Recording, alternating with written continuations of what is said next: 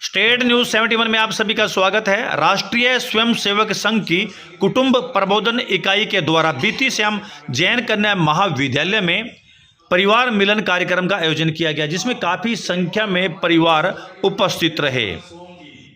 कार्यक्रम में DAV college Sadhaura के प्रोफेसर डॉक्टर अनुपम खन्ना मुख्य अतिथि के रूप में पधारे। वहीं राष्ट्रीय स्वयंसेवक संघ के माननीय जिला संचालक रमेश धारीवाल जी बतौर मुख्य वक्ता कार्यक्रम में उपस्थित रहे। इसके अलावा राष्ट्रीय स्वयंसेवक संघ के जिला कार्यवाह श्रीमान राकेश कुमार जी, जिला के अन्य अनेकों पदाधिकारी एवं खंड संचालक मुनीश कुमार जी भी उपस्थित रहे। कार्यक्रम में उपस्थित सभी बंधुओं का आपस में परिचय कराया गया। कार्यक्रम से पूर्व कुछ खेल कार्यक्रम, मनोरंजन खेल आदि का आयोजन भी किया गया, जिसमें बाल, किशोर, युवा एवं सभी वर्ग के महिलाओं पुरुषों ने हिस्सा लिया।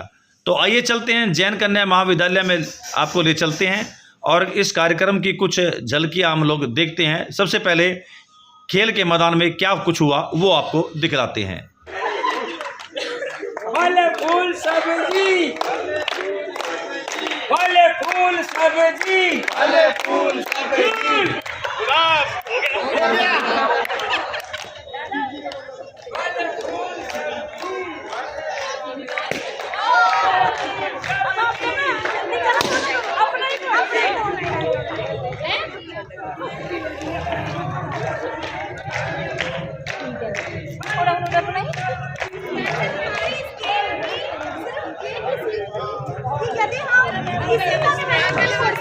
नमस्ते बेटा।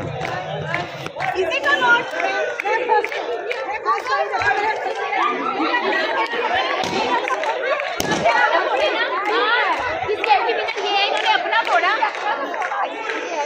नहीं वैसे इस देश में सिर्फ ये सीख मिलती है।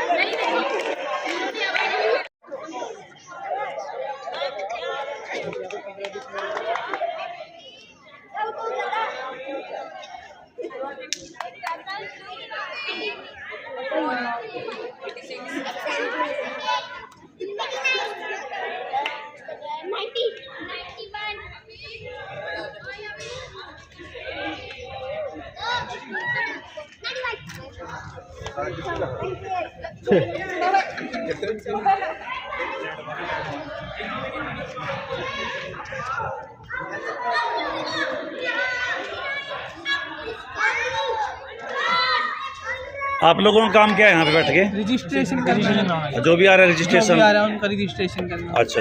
तब तक कितनी संख्या हो चुकी है यहाँ पे आपके रिकॉर्ड के अनुसार? 37 संख्या। 37 संख्या। और उसके बाद इस भगत का क्या काम है? हाँ जी, ये जलजीरा ये बांट। अच्छा, ये जलजीरा बांट रहे। अच्छा, एक गिलास या ज़्यादा? एक गिलास, जितना कोई पी सके। चलो ठीक है जी। इधर बच्चों के खेल चल रहे हैं, छोटे बच्चों के खेल।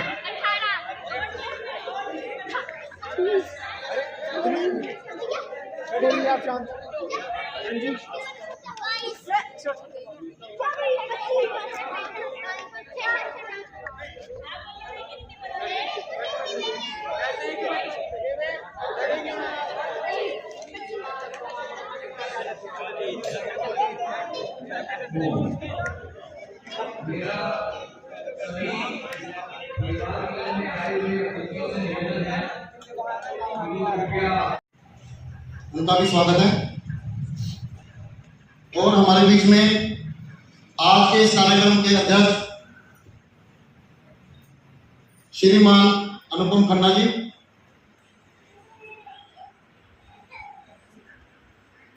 जो कि डॉक्टर अनुपम खन्ना जी हैं और जो कि मैथ में पीएचडी हैं। और वजीर चंद जी के वजीर खड़े रहो जरा, परिवार से। और बच्ची आई है? अच्छा ठीक, पीछे बेटा है, इनका बेटा भी स्वयंसेवक है। आपका भी स्वागत है। आप सभी बरवाला के रहने वाले हैं और अपने यहाँ राष्ट्रीय स्वयंसेवक संघ के विस्तारक के नाते पिछले 1.5 वर्ष से कार्य देख रहे हैं विकास जी। हाँ, एक और हमारी ये सढौरा की उपलब्धि है, श्रीमान सोम जी। सोम जी मूलतः सढौरा के रहने वाले हैं। सोम जी का परिवार भी खड़ा हो जाए। और आजकल आप रिटायर होने के बाद पिछले लगभग 14 महीने से नारायणगढ़ खंड में विस्तारक के नाते आप अपना समय दे रहे हैं। और आपकी जो पत्नी है श्रीमती गुरमीत कौर जी, ये भारत विकास परिषद की महिला शाखा की अध्यक्ष हैं यहाँ पर।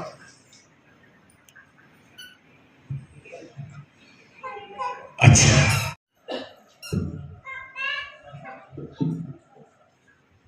चमन जी बहुत पुराने स्वयंसेवक हैं जी, और आपके पिताजी रामेश्वर जी यहाँ के बहुत पुराने स्वयंसेवक रहे। माननीय मुख्यमंत्री जी जब यहाँ आते हैं तो इनके पिताजी का जिक्र अवश्य करते हैं।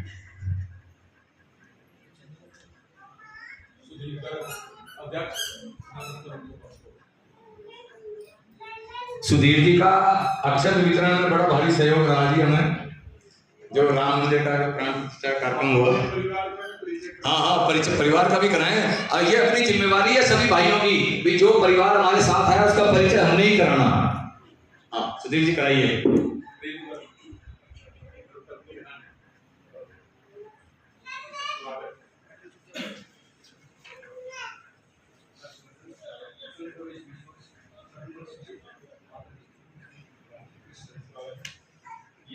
हर्षवर्धन जी अपने तेजपाल जी के सुपुत्र हैं।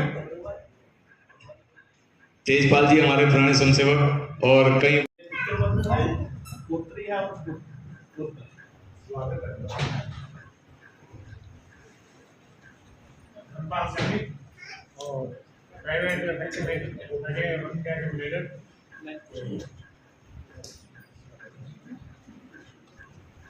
आपने धर्मपत्री जी का नाम नहीं बोला, घर बनाई हुई है। एक गुलाम अभी बोल सकते हो, अभी मौका है। तो ये तो वैसे ही खाना नहीं लेना है, आपका परिचय नहीं करा रहे ठीक से। चंटी मैक मास्टर क्रिएटिव स्पोर्ट बेटा है, एक छोटा बेटा।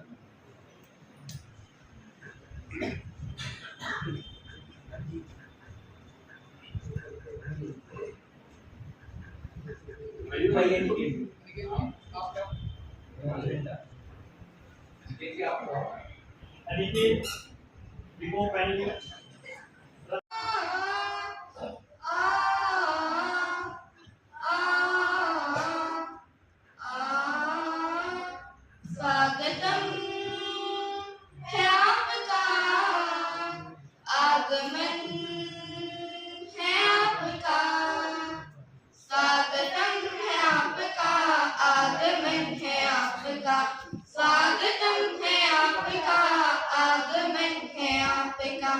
जिस चमन के फूल हम वो चमन है आपका, जिस चमन के फूल हम वो चमन है आपका।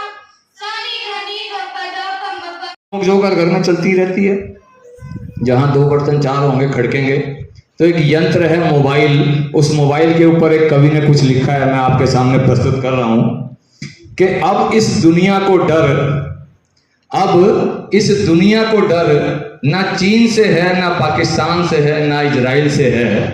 इस दुनिया को सबसे ज्यादा डर आपकी जेब में रखे 4 इंच के मोबाइल से है। यह मोबाइल जिसका भी आविष्कार है उसका सम्मान है, क्योंकि इसका हमारे जीवन में बड़ा योगदान है। लेकिन इसके कुछ आविष्कारों ने हमें भोगी बना दिया है, शरीर तो शरीर मनोरोगी बना दिया है। इसने हमारा सुकून छीना है, इसने हमारा सुकून छीना है, इसने हमारा संस्कार छीना है। अरे इसने तो घर में एक साथ बैठकर बतियाने वाला परिवार छीना है। इसने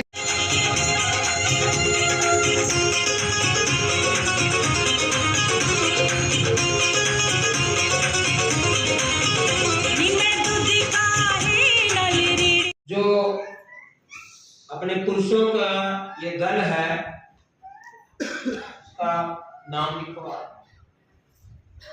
रामधन, और महिलाओं का दल रानी लक्ष्मीबाई दल।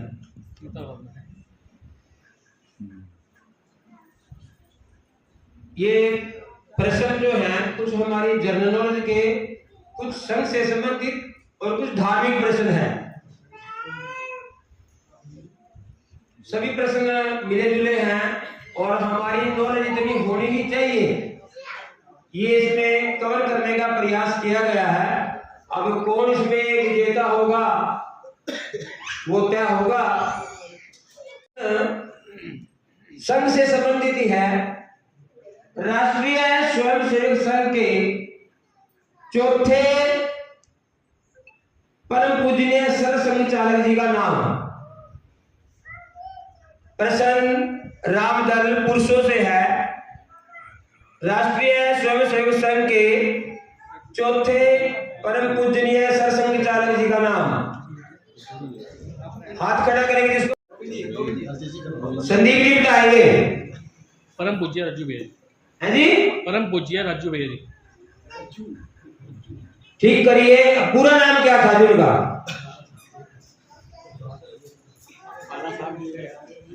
पूरा नाम भी हमें बताना चाहिए। उसका नाम क्या है? वो मूर्ति स्थापित की गई है, उसका एक नाम दिया गया है। हाथ खड़ा करेंगे।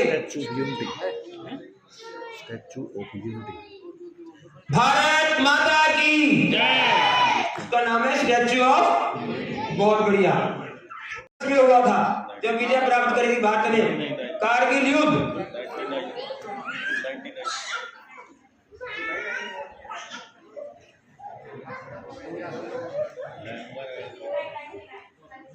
बहुत बढ़िया। ठीक है।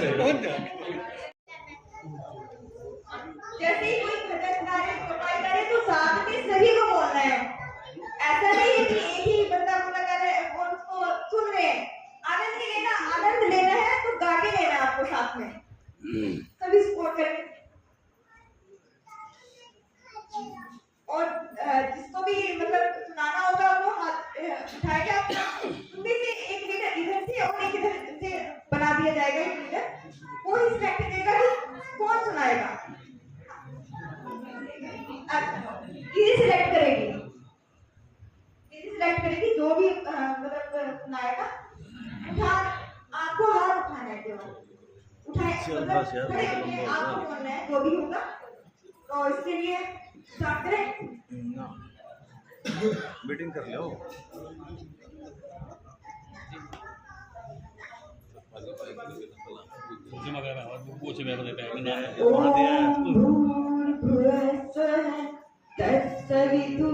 तत्सवितुर्वरेण्यं भर्गो देवस्य धीमहि धियो यो न प्रचोदयात्।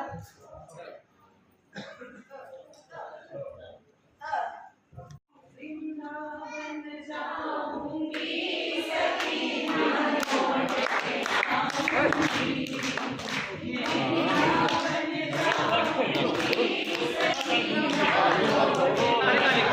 पीछे बैठो सबको याद कर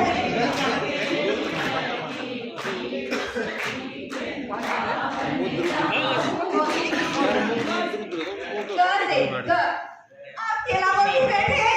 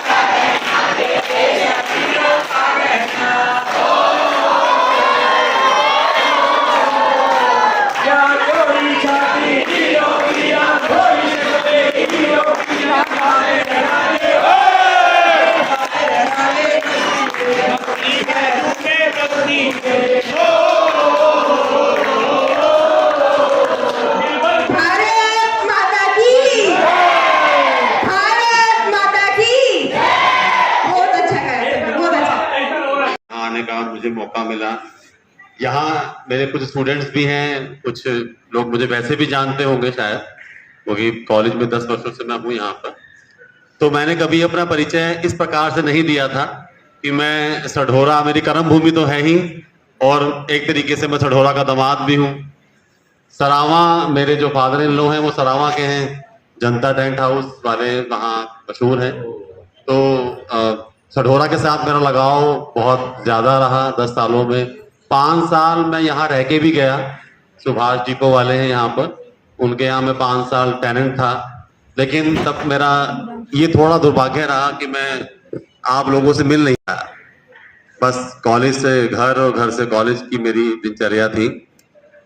और आज यहाँ कहने को तो मुख्य अतिथि के रूप में मुझे बुलाया गया है, पर मुझे ऐसा लगता है कि मेरे से ज्यादा बुद्धिमान, बुद्धिजीवी लोग यहाँ पर उपस्थित हैं, लेकिन एक मुख्य अतिथि का टैग जो है वो लगा हुआ है। सोच के तो मैं आया था कि कुछ न्यू एजुकेशन पॉलिसी पे बोलूंगा, लेकिन यहाँ जो स्वामी विवेकानंद जी के विचार लिखे हुए हैं, उठो जागो तब तक नहीं रुको जब तक लक्ष्य न प्राप्त हो जाए, और विशेषकर ये जो लिखा हुआ है, हिंदू जागेगा तो विश्व जागेगा, इसने मेरा मन बदल दिया कि मैं न्यू एजुकेशन पॉलिसी या शिक्षा के ऊपर जो आजकल चल रहा है, मोदी जी नई शिक्षा नीति लेकर आए हैं, सोचा था उसके ऊपर कुछ विचार रखूंगा। लेकिन अब मुझे लगता है कि इस पे विचार रखना ज्यादा सार्थक होगा कि हिंदू जागेगा तो विश्व जागेगा। मुझे ऐसा लगता है कि आजकल जो एक ट्रेंड चल रहा है हमारे सोशल मीडिया पर, मोबाइल्स पर, चाहे आप उस पर इंस्टाग्राम कह लो या रील्स कह लो, उसमें जो दिखाया जा रहा है, मुझे नहीं लगता कि उससे हिंदू जागेगा। 2014 ये भी उसमें बताया जा रहा है कि 2014 से ही हिंदू जागा है, ऐसा नहीं है। हिंदू तो बहुत पहले से जागा हुआ था, लेकिन उसे सही प्रकार से मंच नहीं मिल पा रहा था, उसकी आवाज को सही प्रकार से सुना नहीं जा रहा था। लेकिन मेरा मुद्दा ये भी नहीं, मेरा मुद्दा ये है कि आखिर हिंदू जागेगा कि नौबत ही क्यों आई, हिंदू सोया ही क्यों था। इसका मतलब हम ये मानते हैं कि हिंदू सोया हुआ था, तभी हम ये बात कहते हैं कि हिंदुओं जागो। कम से कम हमें इस पे विचार करना चाहिए कि अगर हिंदू जागेगा, इसका मतलब है हिंदू सो रहा था। और हिंदू क्यों सो रहा था? हिंदू के सोने का मतलब सिर्फ ये है कि हम अपनी संस्कृति, अपने धर्म के साथ कितना जुड़े हुए हैं। अभी मेरी बात हो रही थी किसी से, तो उन्होंने मुझसे पूछा कि आप होली खेलने मथुरा वृंदावन गए या नहीं गए। बड़े दूर दूर से, देश विदेश से लोग होली खेलने वहां आते हैं, तो आप भी वहां जाओ। आप अयोध्या गए या नहीं गए? मैंने कहा अभी ये सौभाग्य मुझे नहीं मिला जाने का, बहुत जल्द कोशिश करूंगा कि मैं भी वहां जाके दर्शन करके आऊं। लेकिन दर्शन और प्रदर्शन, इन दोनों में हमें अंतर समझना पड़ेगा। कार्यरत है जो सनातन है प्रबल ऊर्जा, गति मेरा धर्म है जो भ्रमण करना, यही तो मंत्र है अपना, शुभंकर मंत्र है अपना। चरैवेति यही तो मंत्र है अपना। परिवारों से सढौरा के आई, माताएं, बहनें, भगिनी, बंधु और बेटियां हुए, प्यारे बच्चों,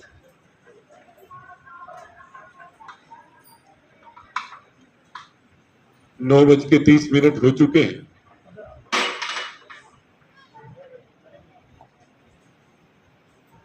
बहुत अच्छा कार्यक्रम बाहर शाखा का, खेलों का और यहाँ प्रसन्न मंच और अंताक्षरी का हुआ। और संघ की रीति नीति में कुछ न कुछ बौद्धिक चर्चा, परिचर्चा भी बीच में होती है, और उस निमित्त अनुपम जी और मैं आपके बीच में।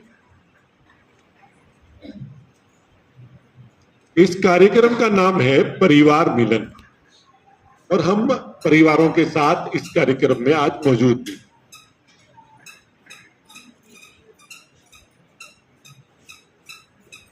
साधारणतः संघ के कार्यक्रमों में पुरुष नजर आते हैं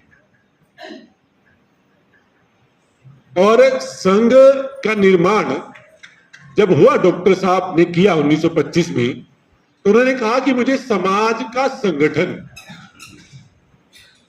करने हेतु इस राष्ट्रीय स्वयंसेवक संघ की स्थापना की और समाज में, संघ में केवल 50% केवल पुरुषों की सहभागिता दिखाई देती है।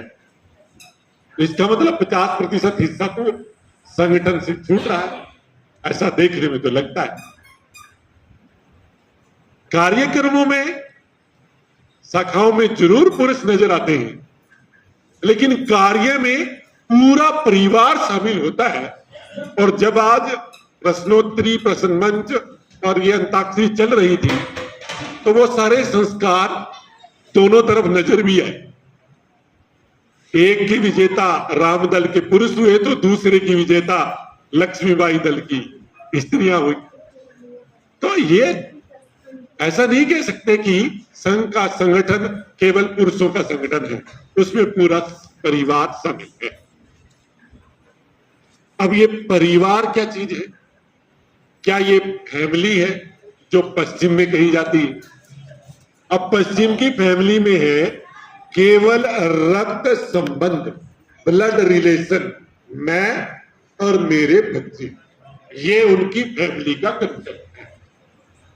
तो फिर हमारा परिवार क्या फैमिली का ही अनुवाद है? तो यहां थोड़ी गड़बड़। हमारे यहां परिवार और कुटुंब की परंपरा है, और ये परिवार और कुटुंब की जो परंपरा है, ये फैमिली से बहुत बड़ी चीज है। और कैसे है?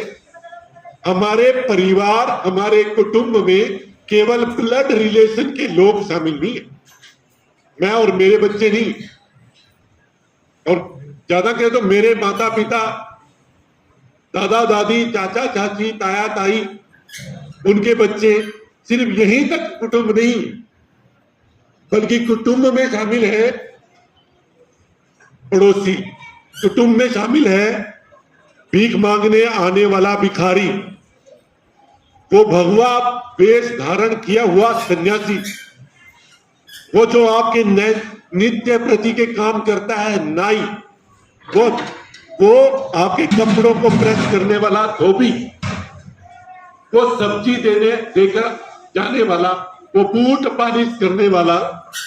और यहां सिर्फ व्यक्तियों से परिवार नहीं, सिर्फ व्यक्ति ही या मनुष्य ही उसके परिवार में शामिल नहीं है, बल्कि परिवार और कुटुंब में शामिल है नीम का पेड़, पीपल का पेड़, तुलसी का पेड़, आकड़े का पेड़। वो परिवार के आंगन में क्या कर रहे हैं? वो भी परिवार का हिस्सा है, यानी पर्यावरण भी परिवार का हिस्सा है।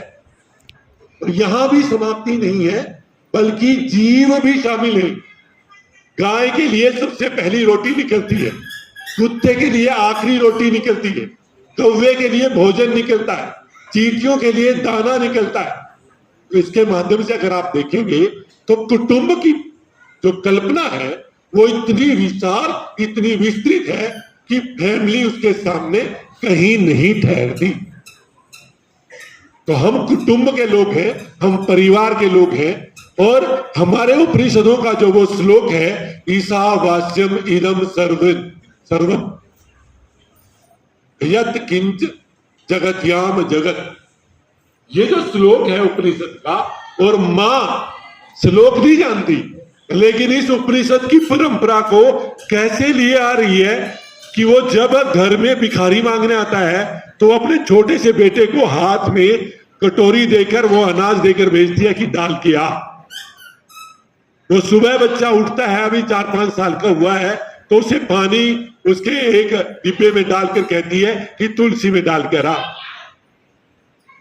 वो जब गाय आकर रामती है तो कहती है रोटी गाय को देकर आ। शाम को कुत्ते के लिए स्पेशल रोटी निकाल के कहती है कुत्ते को देकर आ। ये उसे क्या सिखा रही? ये उसे वो उपनिषद का श्लोक इन सारे क्रियाकलापों से सिखा रही होती है कि ईश्वर हर किसी में मौजूद है। वो पेड़ पौधे जीव जंतु हर मनुष्य पड़ोसी सब में है, और इस माध्यम से वो पूरे संस्कार उसे दे जाती है। वो सारा संस्कार, वो जो हम लोग कहते हैं कि परिवार देवालय भी है, परिवार विद्यालय भी है, परिवार आदरालय भी है, वहीं से संस्कार की पाठशाला शुरू हो जाती है।